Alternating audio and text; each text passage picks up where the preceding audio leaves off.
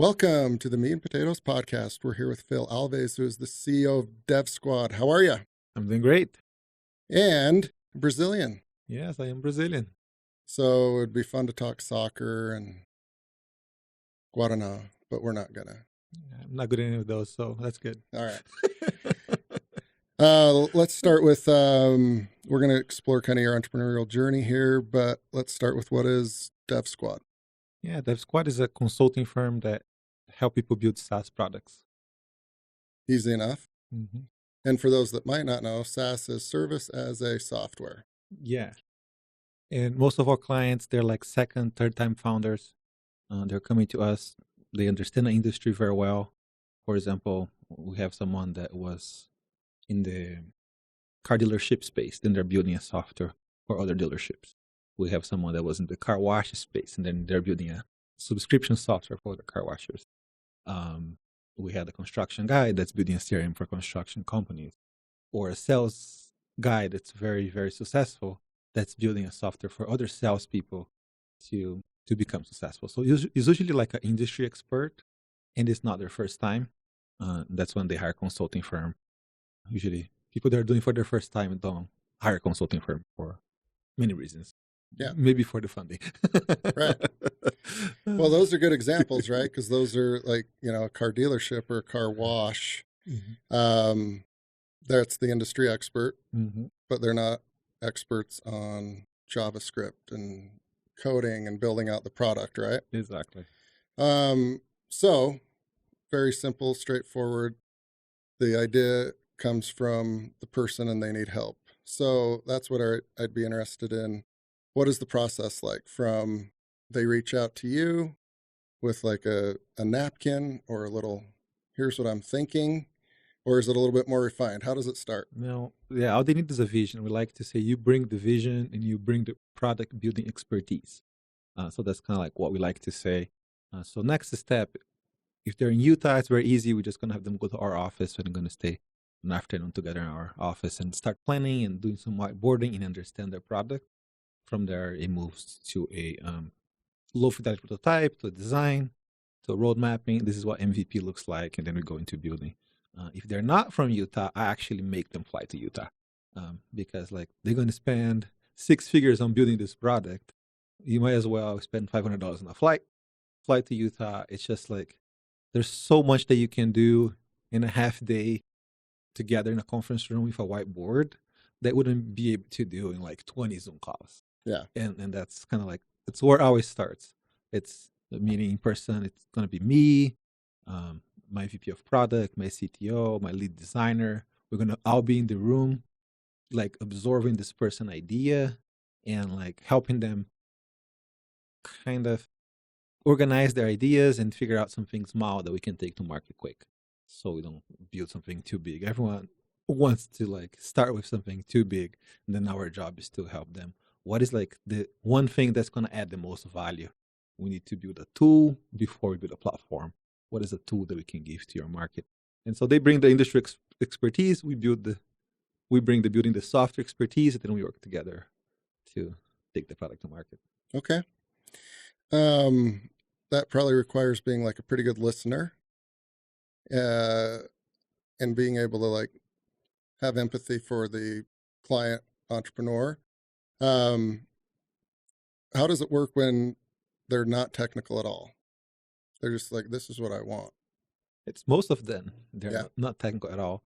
And that's okay. Like, we will help them understand what's possible, what's not possible, but we also want to communicate in a way that doesn't get too technical for them. And that's kind of like part, again, of the value that we add, because we are not just developers. There's the product manager, the designers, the strategists. Everyone's involved. And that founder doesn't need to learn how to speak with the developers in a way that the developers understand, because we are solving that problem for them. But along the way, we are actually mentoring and teaching them. Unfortunately, when like people that are not technical try to build products, most times they get screwed. Most times they get held hostage by bad companies out there. And so along the way, we are teaching them and mentoring them and like what it is that you need to know so you actually can have a technical product. If you don't gonna ever have to write code, but you're going to have to know what version control is, what database is, what's possible, what's not. And that's kind of like part of what we do too. It's after 6 months working with us, now they can even go there harder on developers and they know what to look for.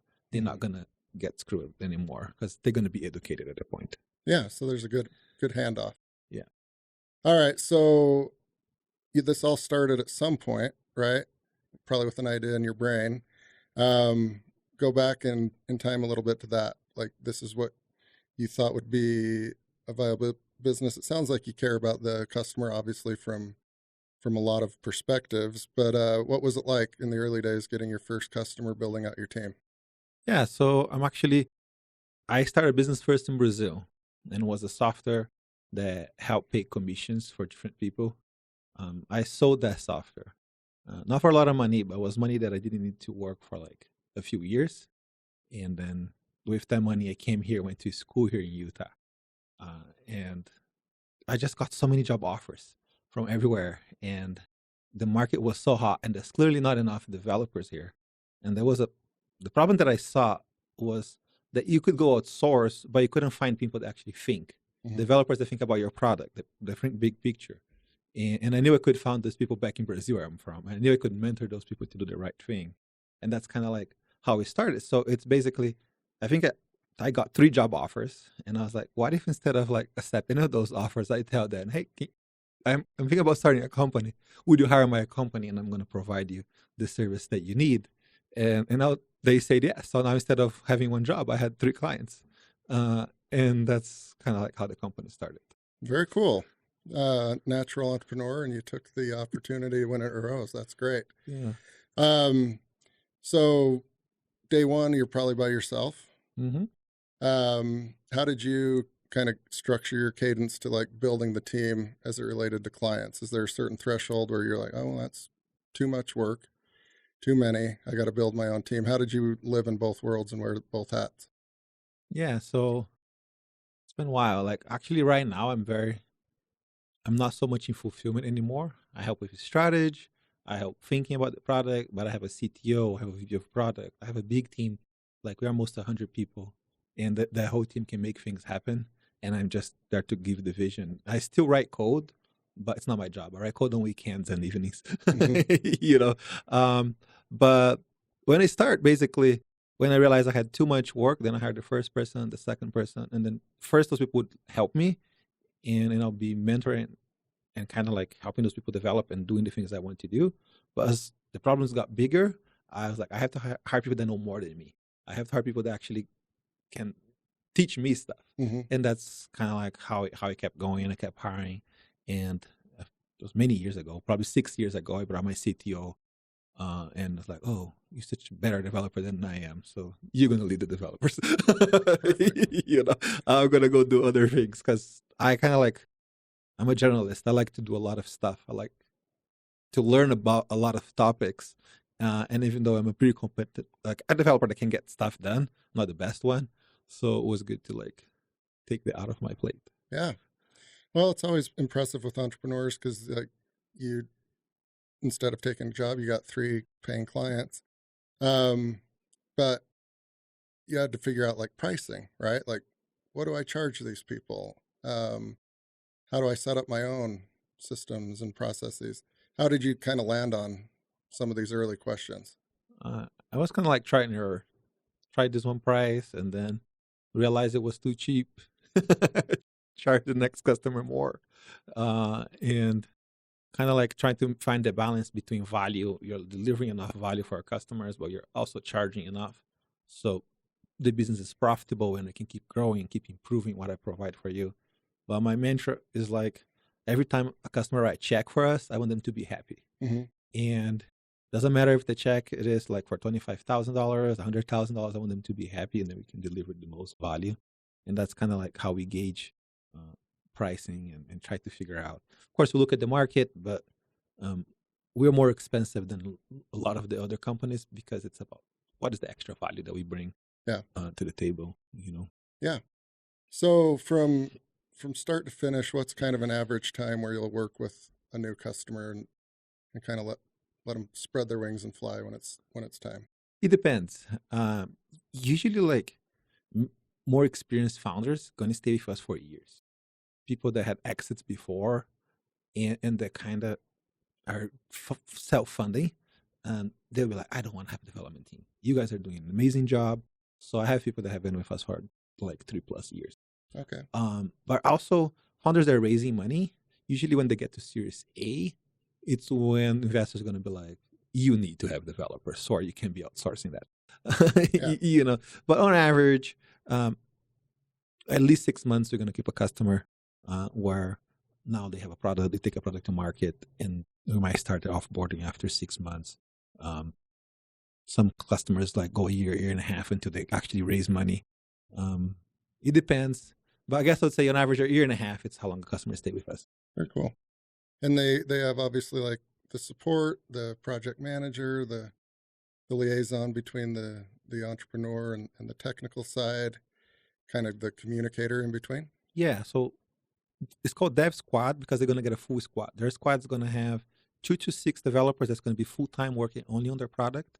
They're going to have a product manager. The product manager is a project manager. The product manager is thinking big picture about the product, is planning the product, is helping them get their vision in the small pieces that the developers can actually implement. Then they're going to get a product designer. So we design stuff before we build.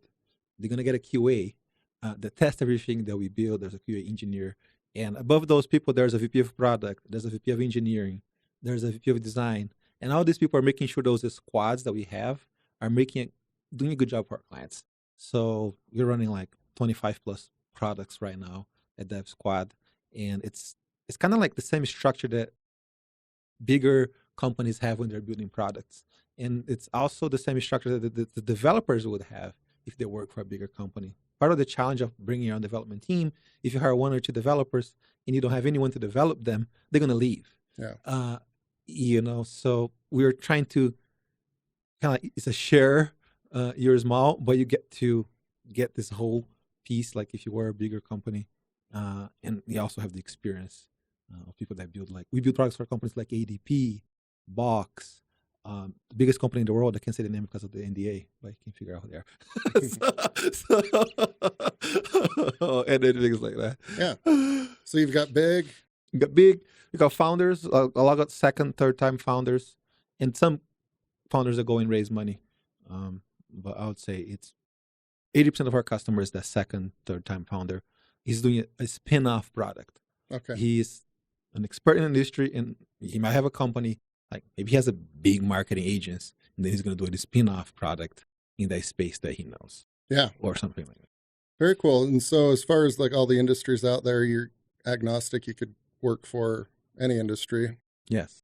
Very cool. Mm-hmm. Is there any that kind of migrate towards you as far as, you mentioned car wash and car dealerships, but are there any that kind of represent a bigger part of your portfolio? I don't think so. I mean, I love cars. That's probably why those are the first that comes to mind. Yeah. But I don't think there's like one specific industry. We have done things from software to help people approve loans in finance, to construction CRMs, to dental software. It's just like all over, because our knowledge is in how to build products, not in the industry. Yeah. The industry knowledge is the customer that brings. So as long as they can bring that, we can work together. Yeah, for sure.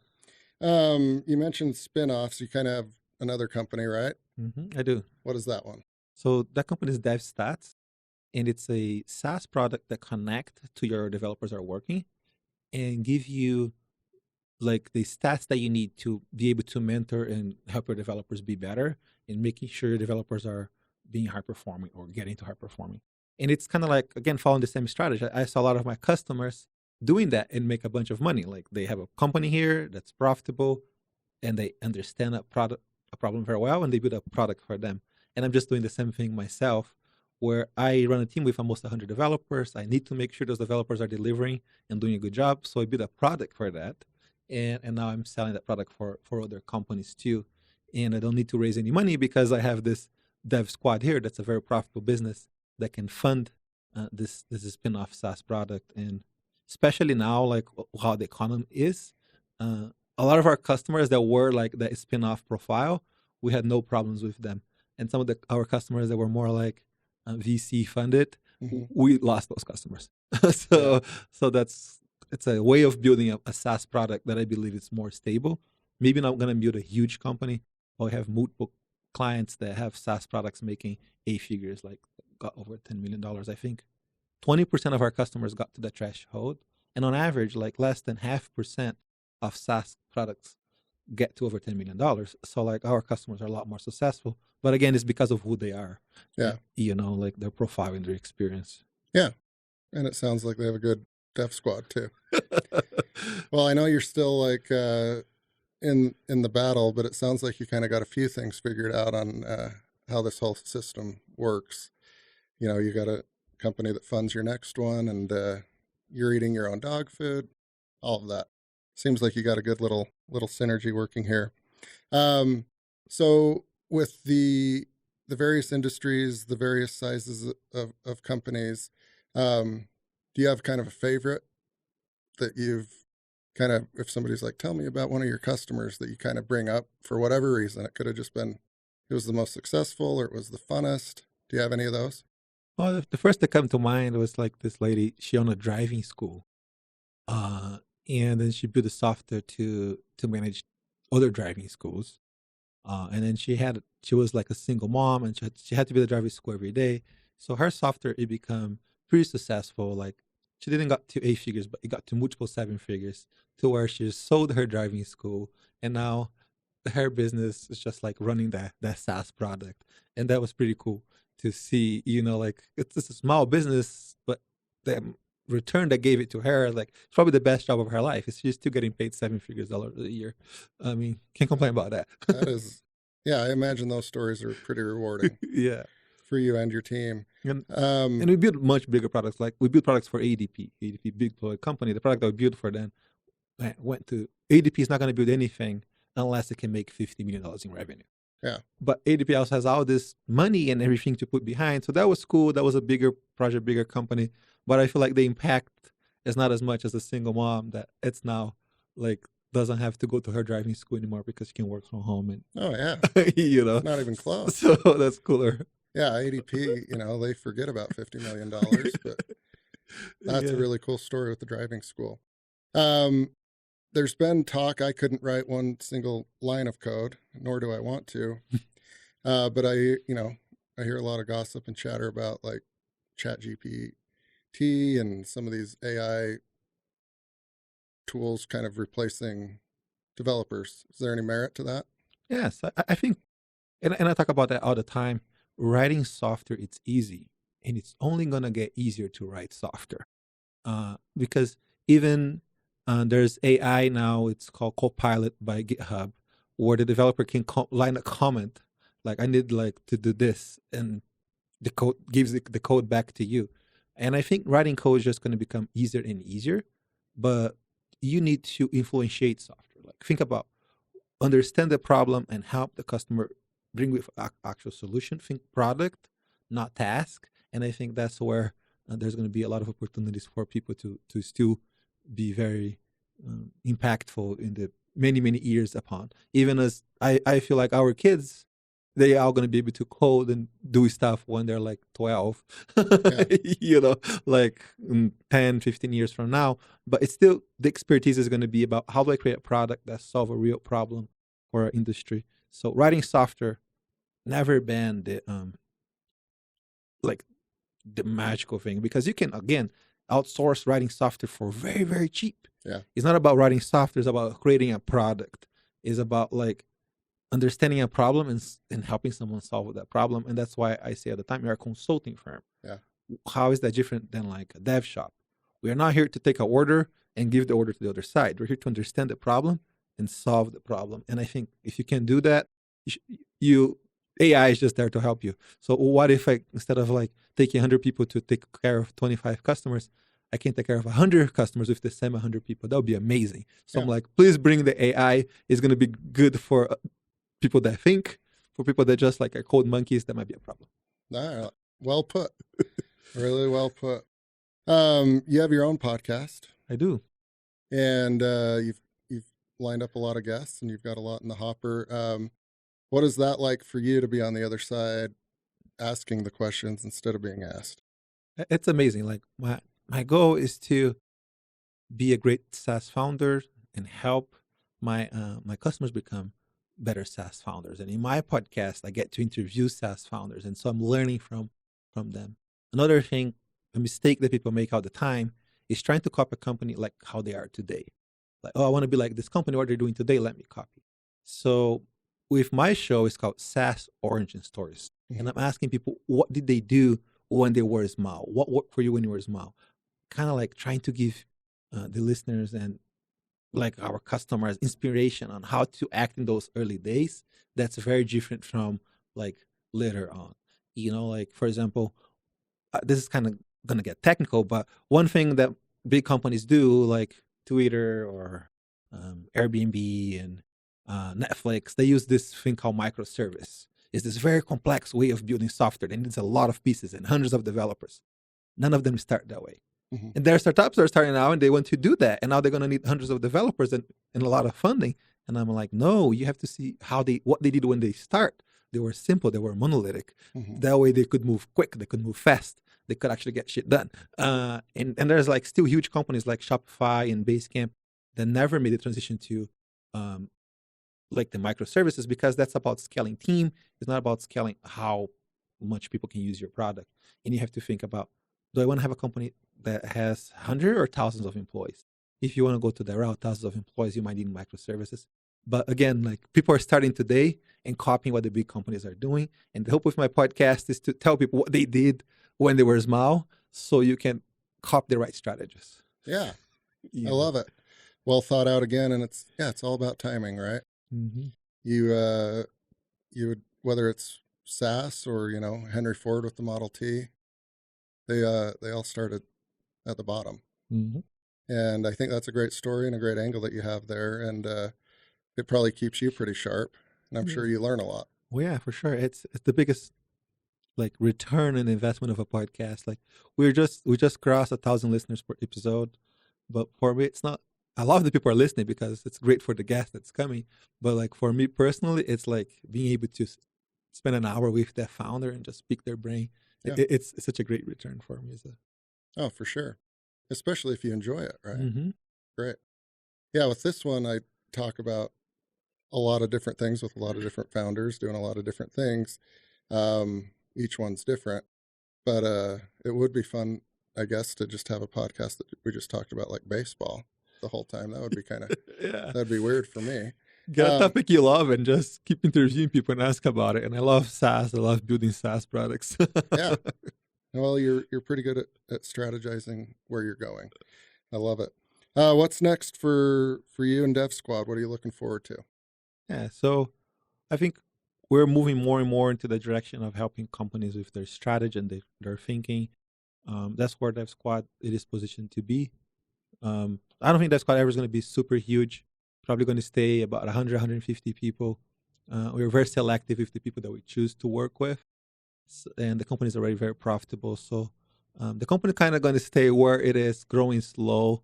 Some people call it a lifestyle business. I'm like, yeah, great. I have an amazing lifestyle. I fly my own airplane. And I'm going to keep building my spin-off company. But yeah, that's kind of where it is. DevSquad, it's kind of like set up to stay small enough that all the customers is going to still have access to me, my CTO, and I will know all the people. I don't think I'm set up to run 1,000 people organization. So I'm purposely keeping the company small, but it's a service business, so it's very profitable and it's amazing to run. Love it. Yeah, well, good luck with flying your airplane. That sounds fun. Yeah, it's super fun. Work uses a different side of your brain, I would imagine. Yeah, it's like great because when you're working, your brain's always thinking about like, what's the next thing? And when I get in the plane, because I'm not a professional pilot, I have to forget all of that and think about flying the plane so I don't die. Yeah. So it's fun. It's a good hobby. That gets you focused real quick. Oh yeah. I got to land this. Gotta land it. Yeah. I don't care about code right now. Yeah, I don't care about code. What's the product? Whatever. Laser focus. Well, this has been fun, Phil, and I did not know a lot about what you just taught me. So It's always interesting to hear these stories, and thank you for taking the time to share yours. Really appreciate it. Oh, no problem. Thank you for having me. Thank you.